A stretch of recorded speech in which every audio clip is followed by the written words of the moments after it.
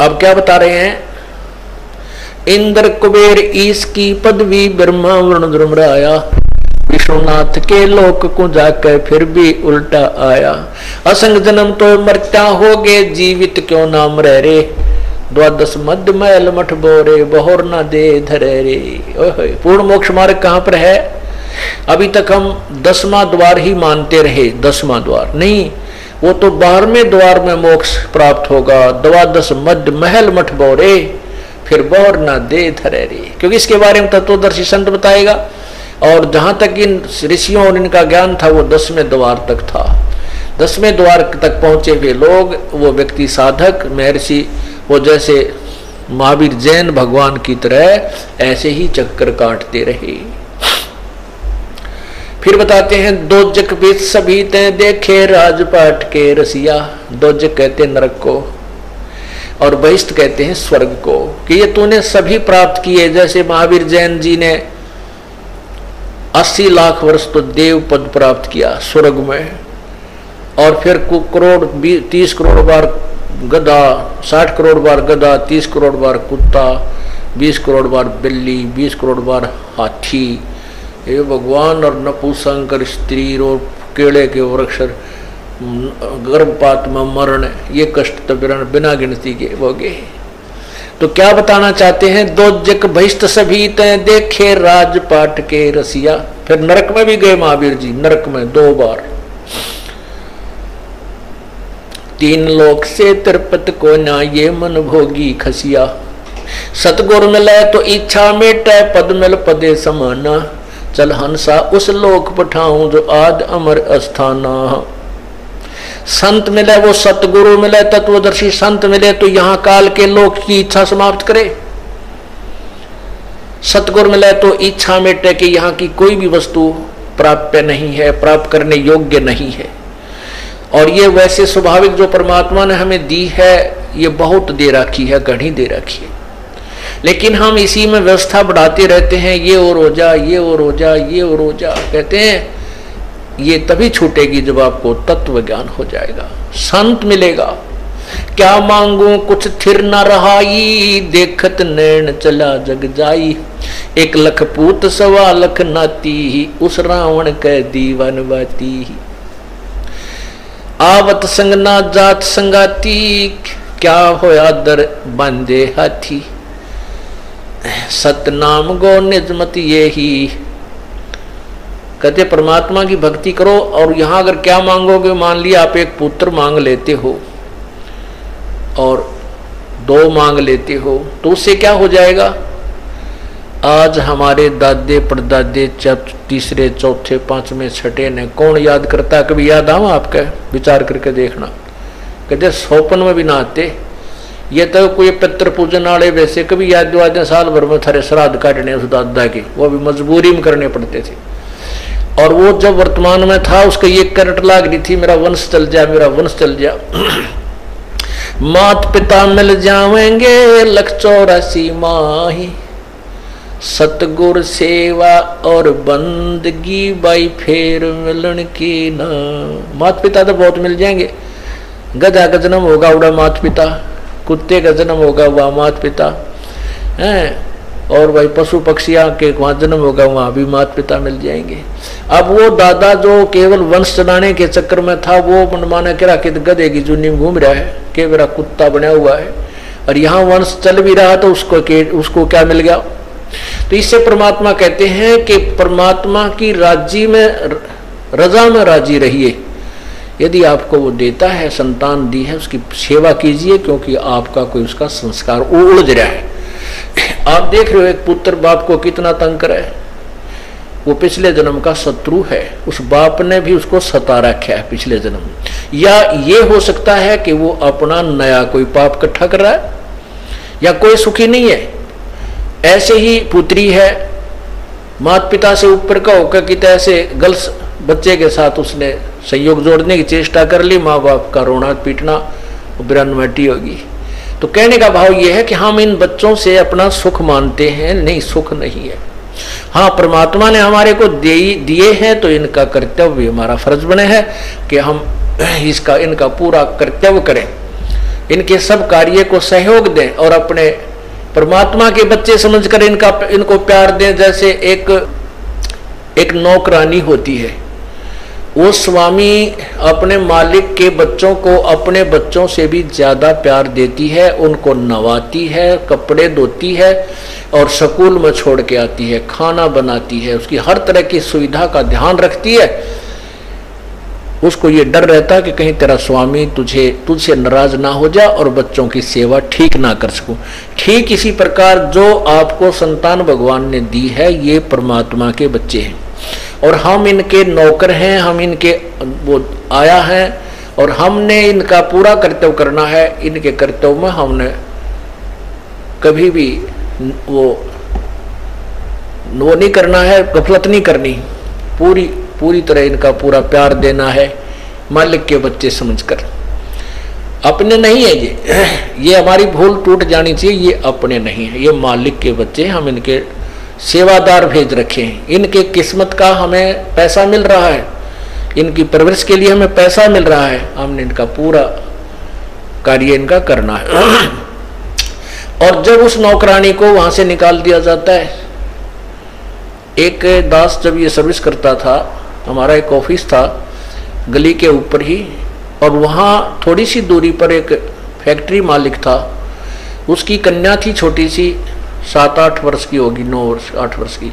उसको एक नौकरानी लेकर आती थी, उनका स्कूल उसके घर से ज़्यादा आधा किलोमीटर भी नहीं था, तो वो कोई गाड़ी और उसकी व्यवस्था नहीं करते थे, वैसे वो थोड़ी दूरी पर ही था।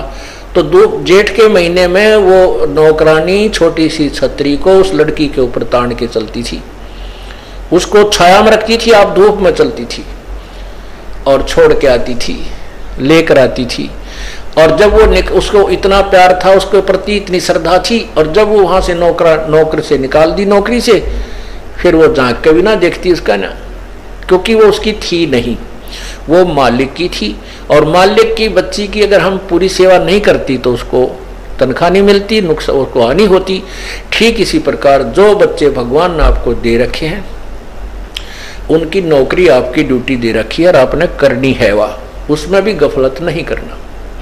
गफलत करते हो तो फिर भगवान के दोषी हो जाते हो। और जिसको परमात्मा ने नहीं कुछ दिया है, मान लो जिसके संतान नहीं दी है, अब संसारिक जो काल के व्यवस्था में तो लोग उसको इतना परेशान कर देते हैं कि ये बिना औलादा है, इसकी तो शक्ल भी नहीं देखनी चाहिए, ऐसा बुरा हाल कर देते हैं कि एक सुबह बगैर निसंतान के दर्शन हो गया, तो फूट गए बाग मेरे। तो वो इतना मायूस कर देते हैं उस बहन और उसको भाई को जो निसंतान है, ये नकली लोग, कि वो बेचारे दुखी होकर रो कर चाहे कहीं से कोई उठ पटांग काम करके वो संतान प्राप्ति की ही कोशिश करते रहते।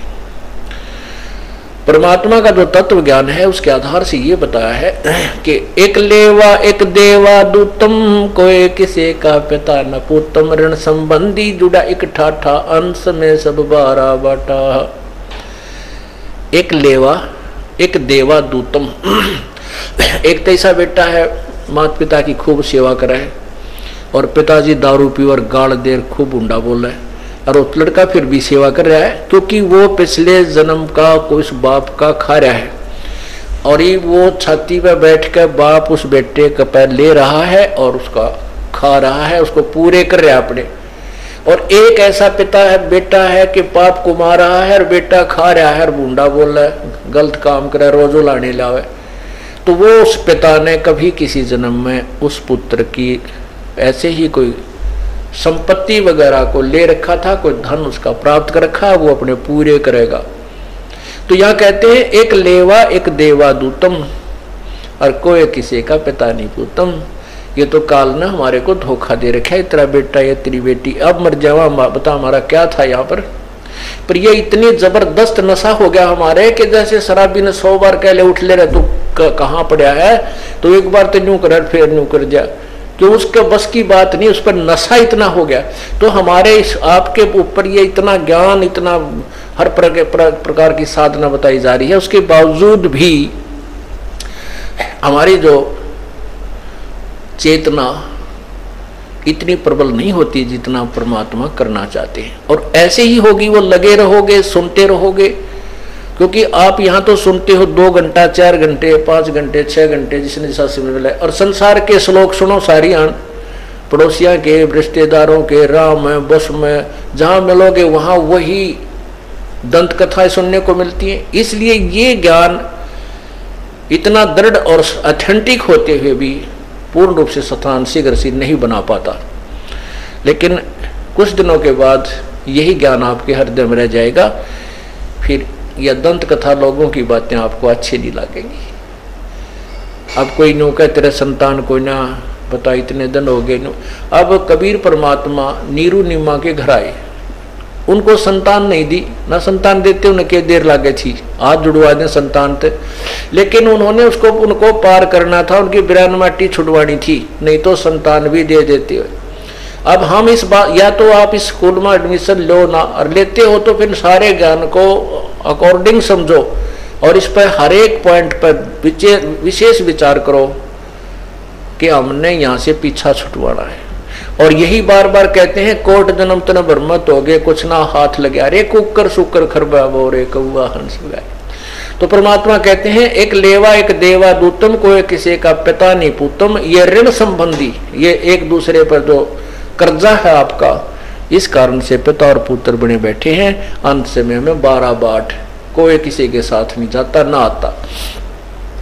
ये काल का भयंकर जाल है। इसको समझने के लिए, उसके लिए एक ही तरीका है कि अपने बेटा और बेटी को, माता और पिता को, भाई और बहनों को इस तत्व ज्ञान से जोड़ दे, भगवान की शरण में ले आवे। फिर ये परमात्मा आप रुखाड़ा हो जाएगा, आपको भी पार करे, अपने बच्चों को भी, आपके बच्चों को भी पार करेगा। और उनके मान लिए कोई कर्म में, भाग्य में कोई ऐसी अनहोनी भी है, घटना भी, दुर्घटना भी घट रही है, वो भी टल जाएगी। आप भी सुखी रहोगे और आप जिसके जिम्मेवारी आपकी लगी है वो भी ठीक ठाक पल पोष जाएंगे और आपके ऊपर विशेष बर्डन नहीं रहेगा। परमात्मा की शरण में आने से बहुत सुविधा अधिक मिल जाती है।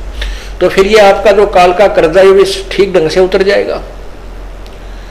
सतगुर मिले तो इच्छा मेटे, पद मिल पदे समाना, चल हंसा उस लोक पुठाऊं, आदि अमर अस्थाना। 4 मुक्ति जहां चंपी करती, माया होरी दासी, दास गरीब अभय पद पुरुष, मिले राम अविनाशी। अब अविनाशी राम मिले और 4 मुक्ति जहां चंपी करती, माया होरी दासी। यहाँ 4 मुक्ति है और इन 4 मुक्तियों को प्राप्त हंस भी जन्म मृत्यु में रहता है। और परमात्मा कहते, जो इन यहाँ की 4 मुक्तियों में जो तू सुख मानता है, वो सुख तो तेरे चरणों में सदा रहेगा उस सतलोक में। और यहाँ का ये मुक्त, यहाँ की जो मुक्तियां हैं वो रहती नहीं, वो समाप्त होती हैं। 4 मुक्ति जहां चंपी करती, माया होरी दासी, दास गरीब अभय पद पर से, वो मिले राम अविनाशी। इन नासवान रामों से हम संपर्क बनाते रहे, ये भी मरते रहे, हम भी मरते रहे। अब गीता जी के 15वें अध्याय के 70वें श्लोक में कहा कि उत्तम पुरुष है तू अन्य परमात्मा इति उदारते। ये लोक तरह अविश्य विभर्ति अवैश्वर है, जो 3 लोकों में प्रवेश करके सबका धारण पोषण करता है, वो अविनाशी परमात्मा है। और वो क्षर और अक्षर, ब्रह्म और परब्रह्म से भी कोई और परमात्मा है। तो वही इसी के विषय में कहते हैं, 4 मुक्ति जहां चंपी करती सतलोक में, और या माया होरी दासी, और दास गरीब अभय पद पर से, वहां कभी मृत्यु नहीं, या मरण का डर सबसे ज्यादा, और वहां कभी मृत्यु नहीं होती। और वो मिले राम अविनाशी, वास्तविक अविनाशी परमात्मा की प्राप्ति होगी और हमारा सदा के लिए ये दीर्घ रोग कट जाएगा। सत साहिब।